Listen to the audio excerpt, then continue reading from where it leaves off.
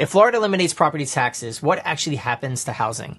This is a hot button issue right now, so let's get into it. Eliminating property taxes sounds like it will make housing cheaper, but real estate markets don't react to feelings and intentions. They react to math.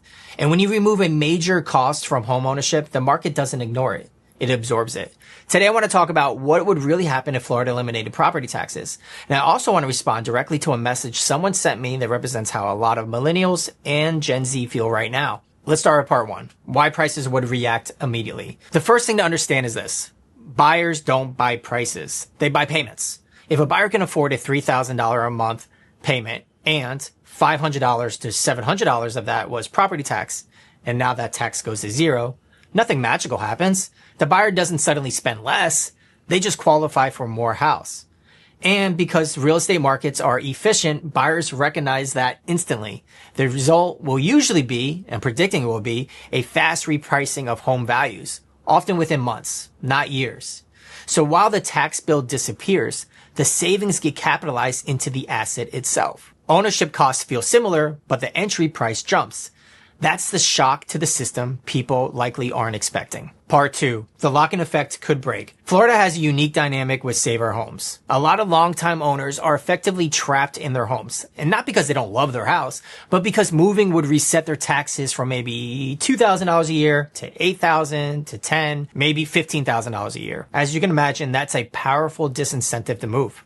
If property taxes went to zero, that penalty disappears. And we could see a wave of listings from empty nesters and longtime homeowners who've wanted to downsize or relocate for years. So paradoxically, you could see more inventory, but at higher price points because values already started adjusting upward. Okay, before we move on to the next part, I have an easy, quick ask for you, and it's free. If you're enjoying this, and chances are others will as well.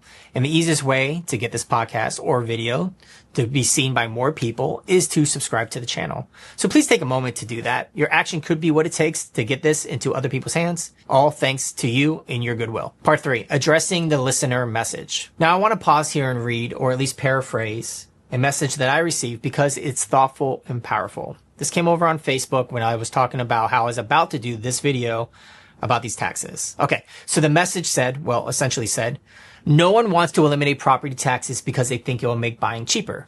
The real issue is that once you pay off your home, you should feel like you actually own it, not keep paying forever.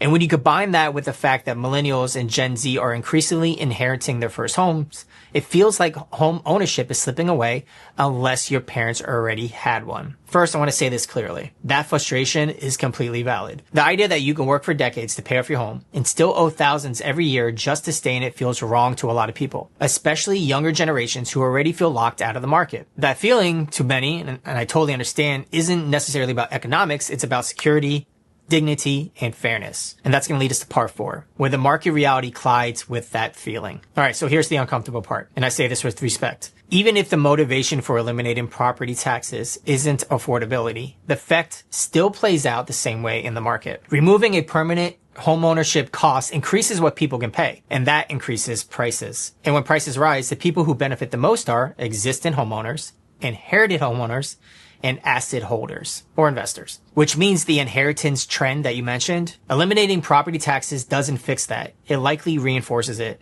The wealth gap widens, not because of bad intentions, but because of how assets respond to policy. This leads us to part five, which is renters, sales taxes, and the bigger shift. There's also a replacement issue at play here.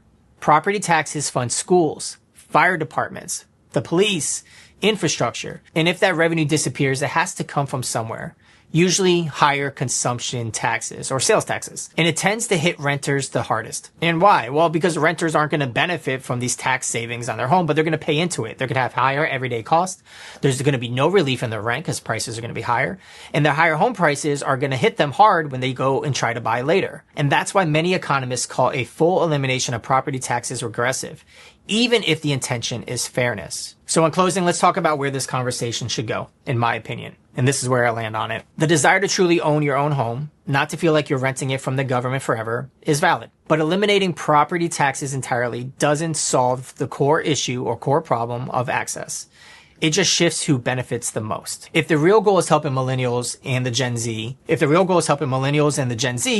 the conversation probably needs to focus more on a couple other things, like targeted tax relief for paid off primary homes, first-time home buyer assistance, increasing housing supply, smarter homestead structures, and zoning reform. And to that person who sent me that message on Facebook, you're right about one thing in particular. Well, a couple things, but one thing in particular is this. This conversation is better when multiple generations are in it. And I'd actually love to bring on a younger voice onto this podcast or my other podcasts and have a discussion openly. Let's talk about the facts versus anecdotal lived experience, because this isn't about winning an argument. It's about understanding what actually moves us closer to real home ownership and real opportunity for all. And with that, I want to thank you for being here. If you're looking to buy or sell in Southeast Florida, then reach out to me. I'm Chris Cusimano. I'm the team lead of the Homes by Cusi team. You can reach me at chris@homesbycusi.com. And also all of my information is in the description of this post as well. And if you're an agent and you would like to apply for coaching or to be on the Homes by Cusi team, well, the links for those are in the description as well. And I'll see you on the next one.